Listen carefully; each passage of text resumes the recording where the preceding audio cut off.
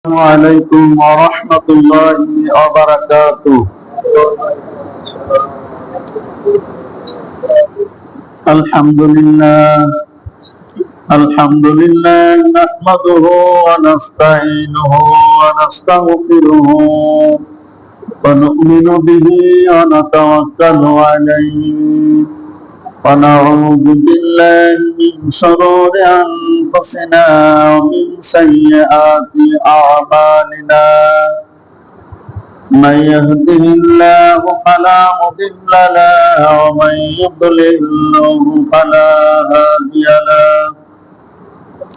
ونشهد أن لا إله إلا الله وحده لا شريك له وأشهد أن محمدا عبده ورسوله الذي أرسله بالحق بشيرا ونذيرا وداعيا إلى الله بإذنه وسراجا منيرا.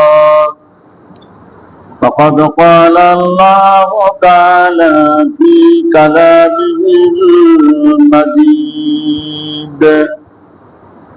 كلامه المجيد وفرقانه الحميد. أعوذ بالله من الشيطان الرجيم. بسم الله الرحمن الرحيم. ولقد كرمنا بني آدم. وقال تعالى أولئك هم شر البرية.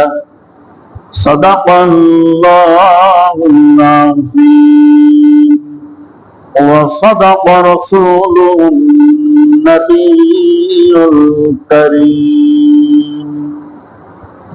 وبلغنا رسولنا الكريم. يا أيها الذين آمنوا صلوا عليه وسلموا تسليما. اللهم صل على سيدنا ونبينا وشفينا وحبيبنا ومولانا محمد صلى الله عليه وعلى آله وصحابه وبارك وسلم. اللهم صل على سيدنا ونبينا وشفينا وحبيبنا ومولانا محمد صلى الله عليه وعلى آله وصحابه وبارك وسلم. সম্মানিত মুসল্লিয়ান کرام, আল্লাহ সুবহানাহু ওয়া তাআলা দুনিয়ার যাবতীয় কাজ থেকে ফারেক করে জুমার নামাজের জন্য জান্নাতের বাগিচার ভিতরে আল্লাহ তাআলা আমাদেরকে আসার সুযোগ করে দিলেন। এজন্য মহান মাহবুবের আলিশান দরবারে দিল থেকে, অন্তরের অন্তরস্থল থেকে কালিমাতুল শুকর আদায় করছি, আলহামদুলিল্লাহ। দরুদ ও সালাম পেশ করছি বিশ্ব মানবতার মুক্তির দিশারি, শান্তির অগ্রদূত, রাহমাতুল লিল আলামিন করে আল্লাহ রাব্বুল আলামিন যে নবীকে গোটা পৃথিবীবাসীর জন্য রহমত স্বরূপ প্রেরণ করলেন, সে নবীর উপরে দরুদের কণ্ঠে দরুদ পড়ি সাল্লাল্লাহু আলাইহি ওয়াসাল্লাম। সম্মানিত উপস্থিতি, সম্মানিত মুসল্লিয়ানে کرام, আমরা আল্লাহ পাকের শুকর গুজার করেছি। আল্লাহ আমাদের উপরে খুশি হয়ে গেছে। হাদিস শরীফের মধ্যে আসছে সুবহানাল্লাহি তামলাউল মিজান আলহামদুলিল্লাহি মা বাইনাস সামাওয়াতি ওয়াল আরদ।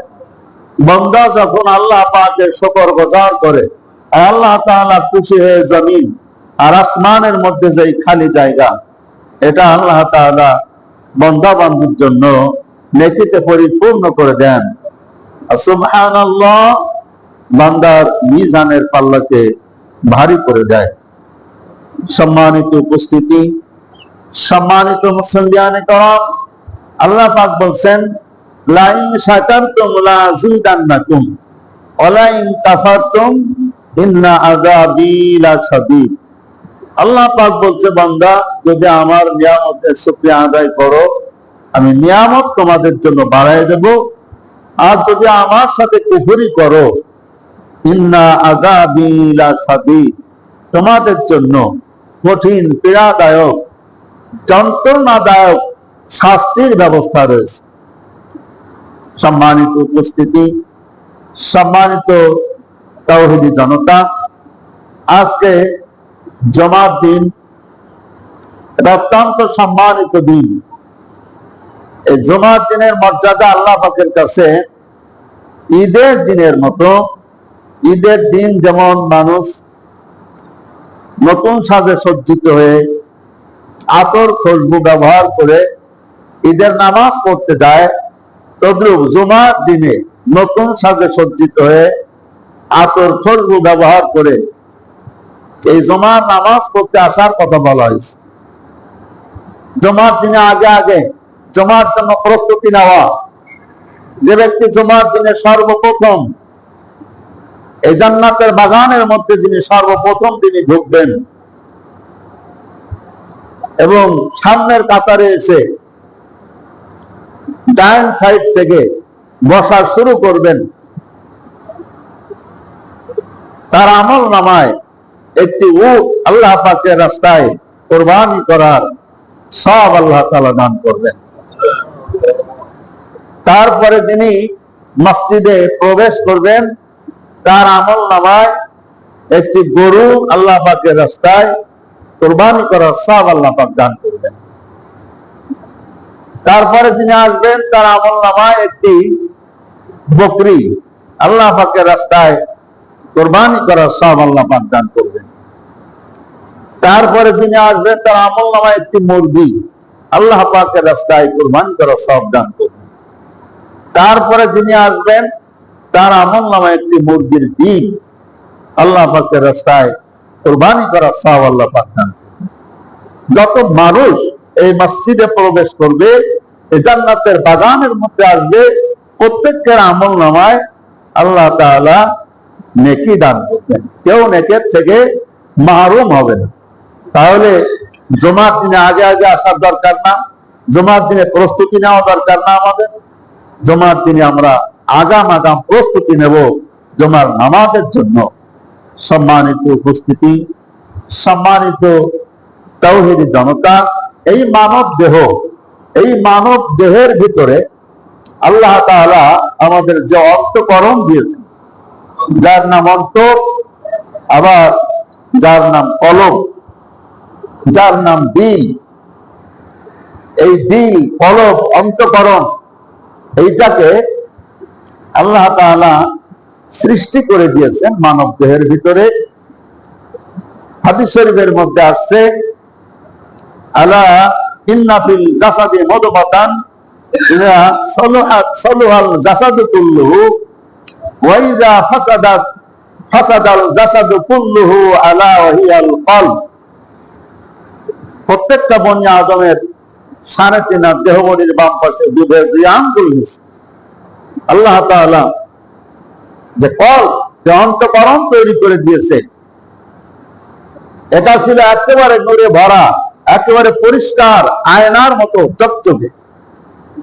কিন্তু বান্দা যখন গুনার কাজ করে, তখন এই কলবের উপরে মরিচিকা পড়ে, ময়লা পড়ে, গুনার ময়লা। এখন এই গুনার ময়লা পরিষ্কার করার জন্য আল্লাহ তাআলা আল্লাহ পাকের স্মরণ ও কোরআন কারীমের তেলাওয়াত এবং আল্লাহ পাকের জিকির বেশি বেশি করার জন্য নবী করিম সাল্লাল্লাহু আলাইহি ওয়াসাল্লাম হাদিসে ইরশাদ করেছেন, আকসিরু যিকরাল্লাহি হাত্তা ইয়াকুলু মাসনুন। এমন ভাবে আল্লাহকে ডাকো, আল্লাহর জিকির করো যেন দুনিয়ার ফাসেক ফুজ্জারেরা তোমাদেরকে দেখলে পাগল মনে। এখন এখানে অনেক রোগ ব্যাধি এই কলবের হয়। এই মানব দেহের যেমন রোগ আছে, ব্যাধি আছে, বিভিন্ন রকমের রোগ ব্যাধি আছে, এখন তার চিকিৎসাও আছে। আবার অন্তরের ওরকম অনেক রোগ আছে। সেই রোগগুলা কি? অন্তরের রোগ হলো তাকাব্বুরি। তাকাব্বুরি করা অর্থাৎ নিজেকে নিজে বড় মনে করা। তাকাব্বুরি আর এক নাম হচ্ছে অহংকার। অহংকার করা, অহংকারীকে আল্লাহ তাআলা পছন্দ করেন না। ইন্নাল্লাহা লা ইউহিব্বু মান কানা মুখতালান ফাখুরা। আল্লাহ তাআলা অহংকারীকে পছন্দ করে না। যারা আল্লাহর সাথে গাদ্দারি করে, যারা অহংকার করে, তাদেরকে আল্লাহ তাআলা পছন্দ করে না। অহংকার হচ্ছে আল্লাহ পাকের চাদর। অহংকার আল্লাহর চাদর। অহংকার যারা করে তারা আল্লাহর চাদর নিয়ে টানাটানি করে। আল্লাহ পাক অহংকারীদেরকে ভালোবাসেন না, অহংকারীদেরকে পছন্দ করেন। অহংকার করা যাবে না, বড়ত্ব ভাব দেখানো যাবে না। আমি সবচেয়ে বড়, আমি সবচেয়ে শিক্ষিত, অমুক বিএ পাস, আমি এমএ পাস, আমি ওর চেয়ে কম আছি নাকি, এরকম অনেকে এরকম করে। কিন্তু আসলে এটা করা যাবে না। আল্লাহকে পেতে গেলে, আল্লাহর সান্নিধ্য লাভ করতে গেলে নিজেকে নিজের থেকে মিটাই দিতে হবে। নিজেকে নিজের থেকে মিটাই দিতে হবে। মেঠা দো अपने हस्ती को अगर उस मर्तबा चाहो, कहताना खाक में मिलकर भूले गुलजार होता है। তুমি নিজেকে তোমার নিজের থেকে মিটায় দাও। আমি তো কিছু না, আমি একটা নাপাক পানির মানুষ। আল্লাহ তোমার আসমানের নিচে আর তোমার জমিনের উপরে আমার মতো নাফরমান, আমার মতো গুনাহগার আর কেউ নাই। এইভাবে যখন নিজেকে নিজের থেকে মিটাই দিতে পারবে, তখন তুমি সমাজের মানুষের কাছে দামি হয়ে যাবে, তুমি আল্লাহ পাকের কাছে তুমি দামি হয়ে যাবে। ইবলিস শয়তান অহংকার করেছিল, তাকাব্বুরি করেছিল। ইবলিস চেনেন না? ইবলিস শয়তান যে ছিল ফেরেশতাদের উস্তাদ, মুআল্লিমুল মালায়েকা, ফেরেশতাদের শিক্ষক ছিল, মুআল্লিম ছিল।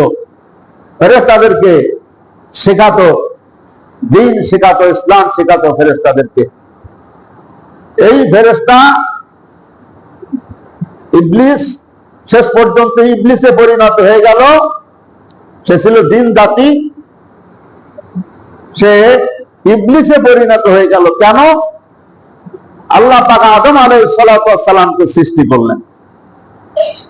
আর আদমকে সৃষ্টি করার পরে আল্লাহ পাক তাকে বলল যে তুমি আদমকে সেজদা করো।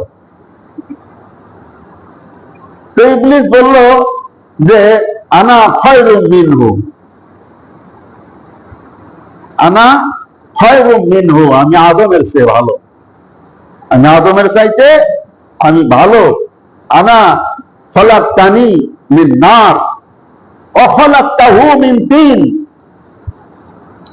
আমাকে সৃষ্টি করা হয়েছে আগুন দিয়ে। আরে আগুন উপরের দিকে ওঠে, আগুন ধরাই দিলে উপরের দিকে ওঠে না, আগুন তো উপরের দিকে ওঠে। আর আদমকে সৃষ্টি করা হয়েছে মাটি দিয়ে, মাটির গতি সবসময় নিচের দিকে। ডালা উপরের দিকে ছুঁড়ে মারেন, দেখবেন নিচের দিকে আসে।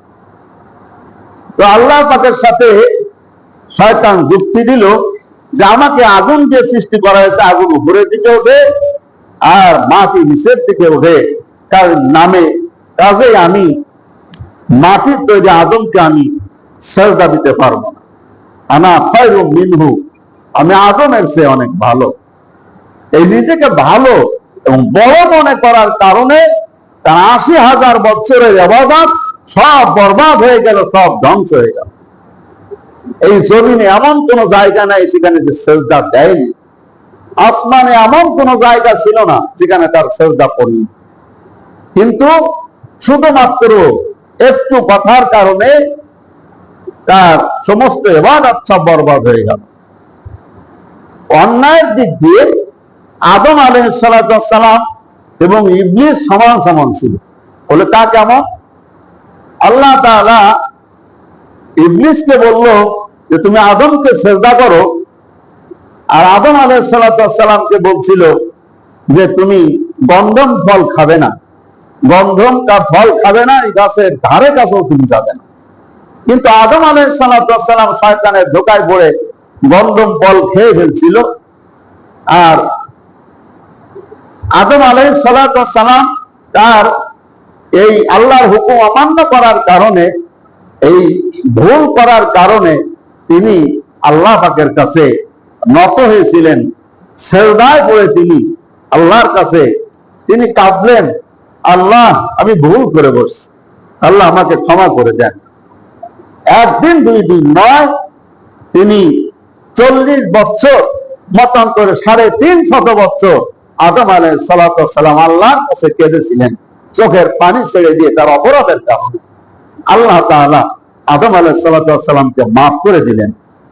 আর ইবলিস সে মাফ চাওয়া তো দূরের কথা, বরং সে নিজেকে বড় মনে করলো, আর এই কারণে আল্লাহ তার রহমতের দরবার থেকে আল্লাহ গলা ধাক্কা দিয়ে তাকে বের করে দিল, সে মালাউন হয়ে গেল, ইবলিস মালাউন হয়ে গেল, আল্লাহর অবাধ্য। এই জন্য তাকাব্বুরি করা যাবে না। আমি বড়, আমি বড়, এই আমিত্বকে মিটাই দিতে হবে। এই আমি ভাব নিজের থেকে যতক্ষণ পর্যন্ত না মিটাবেন, ততক্ষণ পর্যন্ত আল্লাহ পাকের কাছে দামি হতে পারবেন। সম্মানিত উপস্থিতি, এই যে তাকাব্বুরি করা, এটা অন্তরের রোগ।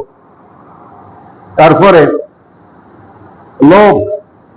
লোভ করা, এইটা লোভ হচ্ছে পশুর খাসলাত, এটাও এই মানব দেহের এই অন্তরে একটা ব্যাধি, একটা রোগ। লোভের বশীভূত হয়ে মানুষ সুদ খায়, মানুষ ঘুষ খায়, মানুষ বিভিন্ন অন্যায় কাজের মধ্যে জড়িত হয়। লোভ হলো পশুর খাসলাত, পশু সামনে যা পায় তাই খায়। গোয়াল ঘরের থেকে একটি গরু আপনি বের করতেছেন, আর গোয়াল ঘরের সামনে একটা কাঁঠালের চারা লাগানো, গরুটা এসেই ওই চারা তার মুন্ডমালা দিয়ে দিল। ও চিন্তা করলো না যে আমার মালিক এই গাছটা লাগাইছে, যদি আমি এটা খাই মালিক আমারে মারবে, মালিক আমারে পিটাবে, এই চিন্তা তার নাই। ও অন্তঃকরণ নাই, কলব নাই, এই চিন্তা ওদের নাই। কিন্তু মানুষের তো আল্লাহ পাক অন্তঃকরণ দিয়েছেন, চিন্তা শক্তি দিয়েছেন, বোধ শক্তি দিয়েছেন। মানুষের তো চিন্তা করা উচিত, ভাবা উচিত, আমার রব, আমার মালিক, আমি যদি সুদ খাই, আমি যদি ঘুষ খাই, আমি যদি অন্যায় কাজে পা বাড়াই, মালিক আমারে মারবে, মালিক আমারে পিটাবে, মালিক আমারে জাহান্নামে দেবে। সম্মানিত উপস্থিতি, সম্মানিত তাওহীদি জনতা, এই লোভ আপনাকে আমাকে লোভকে সংবরণ করতে হবে। লোভ আপনাকে আমার থেকে লোভকে মিটাই দিতে হবে। হযরত আবু বকর সিদ্দিক রাদিয়াল্লাহু তাআলা আনহু, মুসলিম জাহানের খলিফা, হযরত আবু বকর রাদিয়াল্লাহু তাআলা আনহুর একজন গোলাম ছিল। এই গোলাম প্রত্যেক দিন কিছু হালাল খানা এনে ওনাকে দিত, আর সেই খানা উনি খেতেন। আর জিজ্ঞাসা করতেন, আজকে তুমি কিভাবে খানা সংগ্রহ করে নিয়ে আসছো? বলে, হুজুর এই কাজ করেছি, এই কাজ করেছি, এই করে আপনার জন্য খানা, হালাল খানা সংগ্রহ করে নিয়ে আসছি।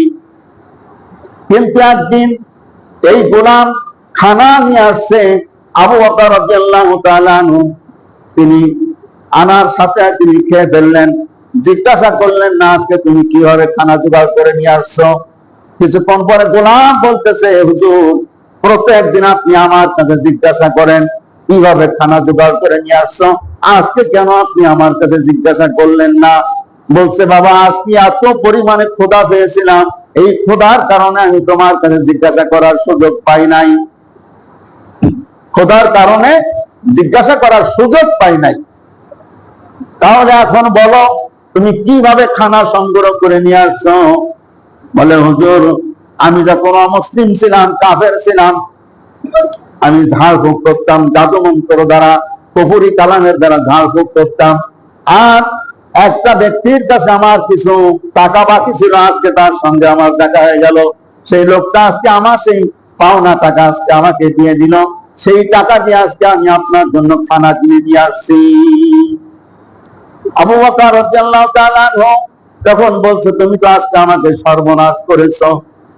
তখন আবু বকর রাদিয়াল্লাহু তাআলা গলায় আঙ্গুল দিয়ে বমি করা শুরু করে দিলেন। বমি করতে করতে এমন হয়ে গেছে, চেহারা লাল হয়ে গেছে, চোখ লাল হয়ে গেছে। লোকেরা বলে, হুজুর আপনি তো এরকম করতে করতে আপনি তো মারা যাবেন। আবু বকর রাদিয়াল্লাহু তাআলা বলছে, দেখো আমার এই হারাম খানা আমার পেটে আমি হজম হতে দেব না। তবে এই অবস্থায় যদি আমি মারা যাই তাও যাব, কিন্তু হারাম খানা আমার পেটে হজম হতে দেব না। আল্লাহর প্রতি কত ভয় তাদের ছিল, আল্লাহর ভয় কি পরিমাণ তাদের অন্তরের ভিতরে বাসা বেঁধেছিল। আল্লাহ নবীর কাছে সাহাবা ইকরাম জিজ্ঞাসা করলেন, ইয়া রাসূলুল্লাহ, ইয়া হাবিবাল্লাহ, এই পৃথিবীর ভিতরে সর্বোত্তম মানুষকে, সবচেয়ে ভালো মানুষকে? আল্লাহর নবী বললেন, যার অন্তরের ভিতরে আল্লাহর ভয় আছে সেই হলো সর্বোত্তম মানুষ। ভাইরা আমার, মান সম্মানের মহব্বত এটা অন্তরের একটা রোগ, এই কলবের একটা রোগ। এটা একটু আলেমদের মধ্যে বেশি দেখা যায়। যদি একটু আলেমের সম্মান না দেওয়া হয় তাহলে বলে, কেন আমার সম্মান দিল না? রাগ হয়ে যায়, কেন আমার জন্য চেয়ারটা ছেড়ে দিল না?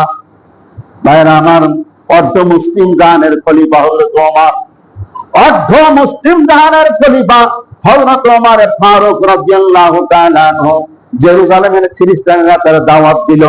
জেরুজালেমের খ্রিস্টানেরা দাওয়াত দিছে, আর ওমর রাদিয়াল্লাহু তাআলা আনহু তার গোলামকে সাথে নিয়ে উটের পিঠে কিছুক্ষণ ওমর রাদিয়াল্লাহু তাআলা আনহু চড়ে, আবার কিছুক্ষণ গোলাম ওই উটের পিঠে ওঠে। এমনি ভাবে জেরুজালেমের শহরে যখন পৌঁছায় যাবে, এই সময় উটের পিঠে চলার পালা পড়ে গেছে গোলামের। গোলাম উটের পিঠে আর রশি টানতেছে অর্ধ মুসলিম জাহানের খলিফা হযরত ওমর ফারুক রাদিয়াল্লাহু তাআলা আনহু। যখন জেরুজালেমের শহরে যখন পৌঁছায় গেছে, যখন মানুষ দৌড়ে আসতেছে ওমরকে উটের পিঠ থেকে নামানোর জন্য, ওই গোলাম বলতেছে, আমি ওমর নই, উটের রশি যার হাতে উনি হচ্ছেন মুসলিম জাহানের খলিফা হযরত ওমর। খ্রিস্টানেরা তখন অবাক হয়ে গেছে, তাজ্জব হয়ে গেছে। একজন খলিফা, তার চরিত্র, তার আদর্শ। আজ মুসলমানদের আদর্শ কোথায়? মুসলমানদের আদর্শ আজকে ভুলন্টিত হয়ে গেছে। মুসলমানদের এই চরিত্র দেখে সেই জেরুজালেমের খ্রিস্টানেরা তারা তখন মুসলমান হয়ে গেল।